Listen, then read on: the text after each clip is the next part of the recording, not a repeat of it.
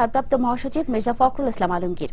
দুপুরে বিএনপি নয়াপল্টন কার্যালয়ে 18 দলের মহাসচিবদের সাথে বৈঠক শেষে তিনি এ অভিযোগ করেন। বায়তুল মোকাররমের সামনে জনসভা করতে জামাত অনুমতি নেয়নি, স্বরাষ্ট্রমন্ত্রীর এমন বক্তব্যেরও সমালোচনা করেন তিনি।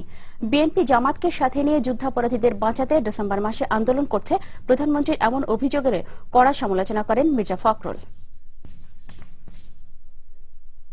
প্রধানমন্ত্রী সম্ভবত ভুলে গেছেন যে তারা যখন এই দাবি নিয়ে 1996 সালে আন্দোলন করছিলেন, তখন ডিসেম্বর মাসে কতবার তারা হরতাল দিয়েছেন, কতবার আন্দোলন করেছেন, সেটা উনি ভুলে গেছেন।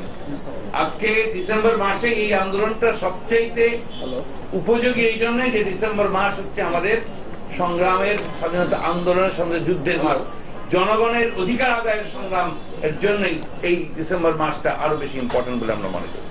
স্বরাষ্ট্রমন্ত্রী আপনারা বলছে যে আমরা দরখাস্ত করে এটা সেটা প্রমাণ আছে, কিন্তু পুলিশ কমিশনার বলেছে আমরা দরখাস্ত করেছি, বিবেচনাধীন আছে। তারা নিজেরাই দুরকম কথা বলছে এবং তারা সবসময় অভিযোগ দেয় আমাদেরকে যে আমরা হঠাৎ জটিকা করে মিটিং করে হামলা করছি, যেটা একান্তভাবে মিথ্যাচার। এবং এই ঘটনা এটা আবারও প্রমাণ করছে যে আমাদের শান্তিপূর্ণ কর্মসূচিতে সরকার ইচ্ছা করেই বাধা দিচ্ছে এবং আমাদের উপর জুলুম নির্যাতন করছে।